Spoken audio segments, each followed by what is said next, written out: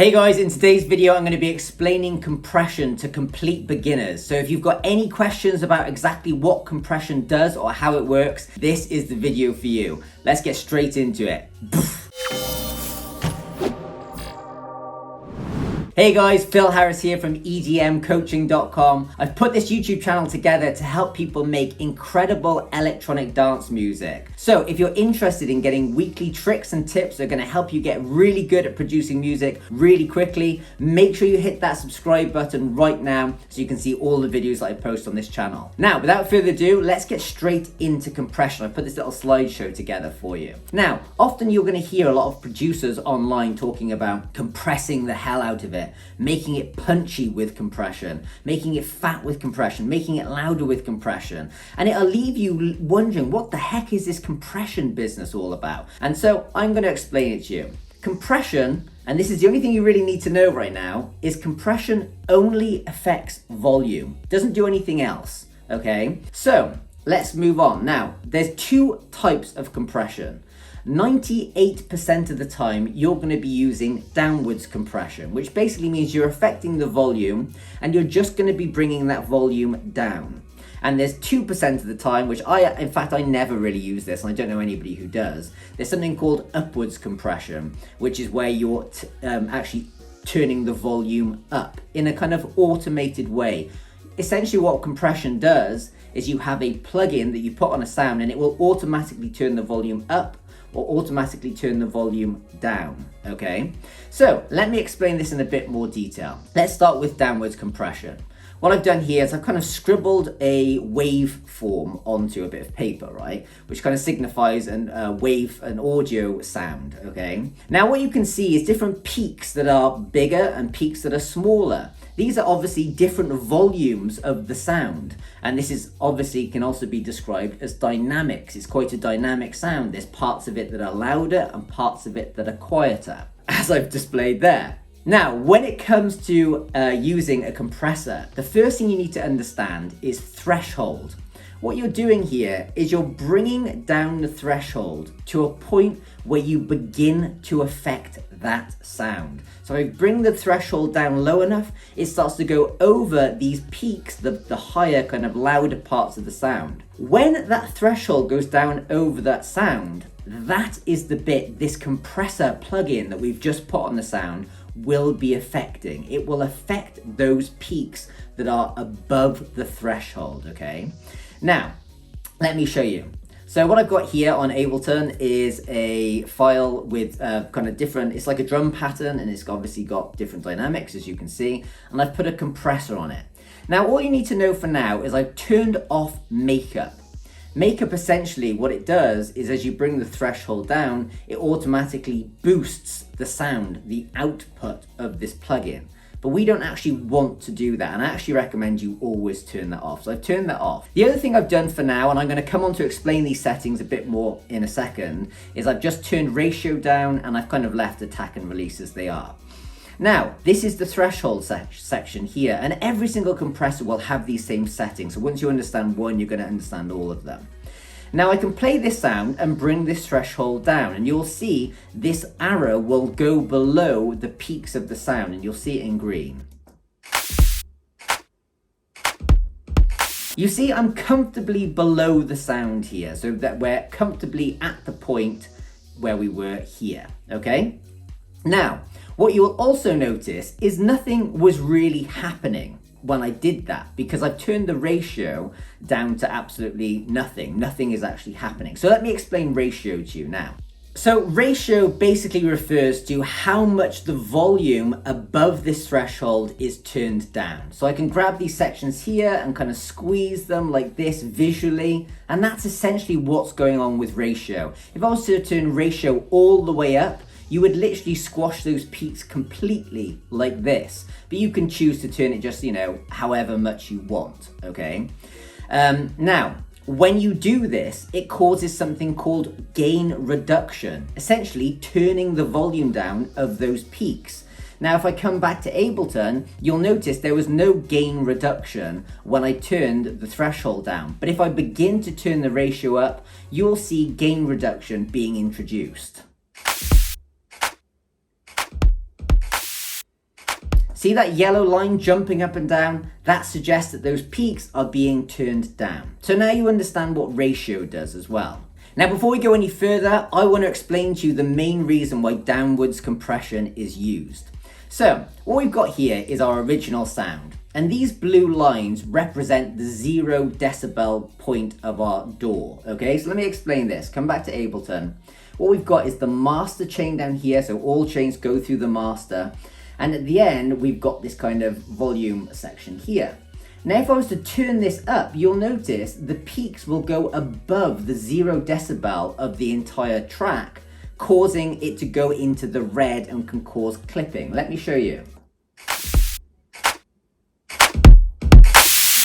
Now, you never want your track to go into the red, so you're always restricted by this 0 decibel mark here, okay, which is represented by these two blue lines. Now, if you've got a sound with these dynamics, you are restricted to this sound only being as loud as these peaks will go.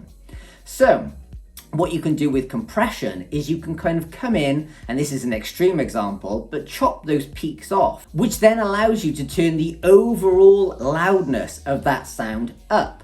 So it looks a lot bigger like this and is actually louder.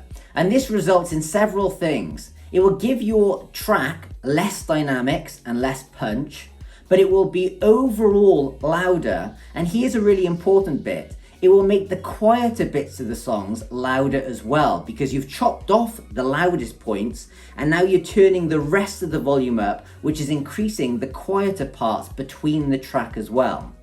Now, the main thing here is it creates an overall louder sound, which is why when you go and look at professional tracks that have been made, they look like these thick sausages, because all the peaks have been taken away and the quieter bits have been pushed up as loud as possible. Now let's go back to compression, and I want to explain to you the attack function on a compressor.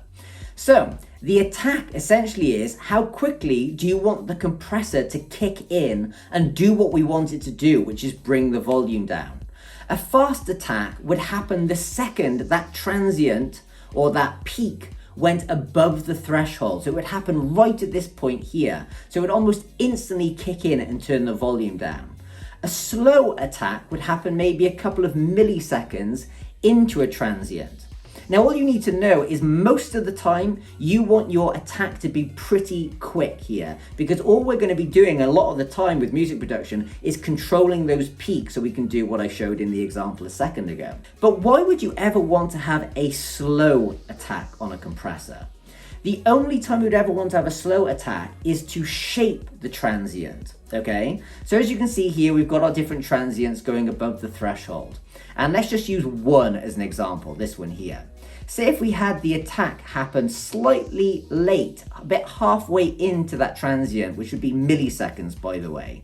We could then say at this point exactly here, I want you to turn the volume down, which would make that transient a lot sharper. It would give it a more of a clicky kind of sound, and this is what would be used to potentially make drums sound punchier, okay? So you're kind of increasing the shape, or you're changing the shape of the transient, which could make a kick drum sound a bit snappier because you've given it more of a transient.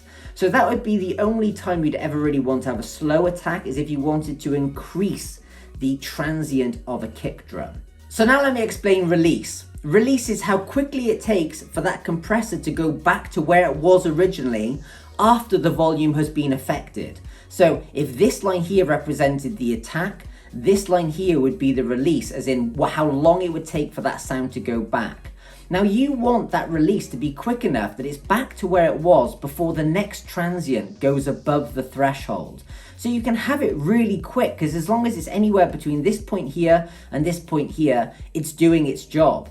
If, for example, you were to have a really long release, what happens is these two transients are being affected slightly different to this first transient here. So you're better off having it quicker.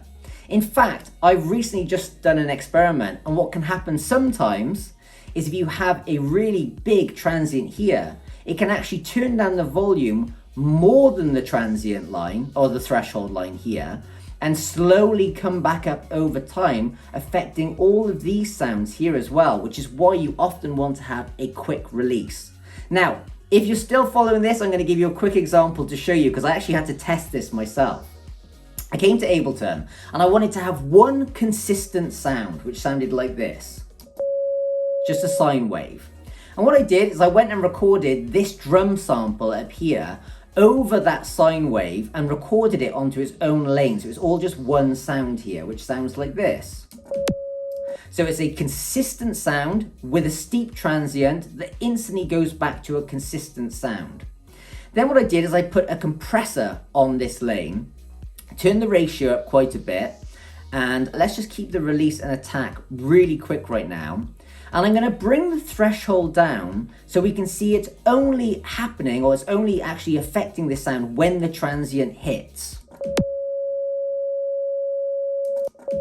You see, if I turn it down more, you will see the gain reduction is constantly there, which means it's affecting that constant sound.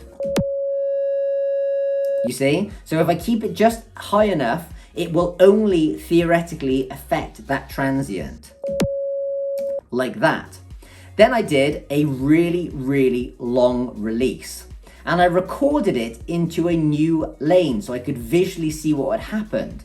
And as you can see, as soon as that compression hit, it actually dipped the volume quieter than it was before, and it took a long time for it to come back up. So that's what I mean. You have to be careful about having really, really long release times, because sometimes if it's a big enough transient, it will actually cause the volume to dip below the threshold line, and it'll take a while to come back up. So you typically want to have a really quick release. Finally, guys, I wanted to just quickly touch on upwards compression, and this I can cover really quickly. Essentially, instead of getting these transients here and turning them down, upwards compression would do the complete opposite. You'd say every time that sound went above the threshold, turn those sounds up like this. That's essentially all upwards compression is. And what this is good for is for boosting transients rather than shaping them. You're not changing the shape of the transient, you're just boosting it. So there you go, guys. Now you fully understand how compression works. Now I'd love to take a moment to teach you about the most famous form of compression in dance music, which is called sidechaining. So all you've got to do is hit this link here right now and I'll tell you all about sidechaining. See you in tomorrow's video. Ciao!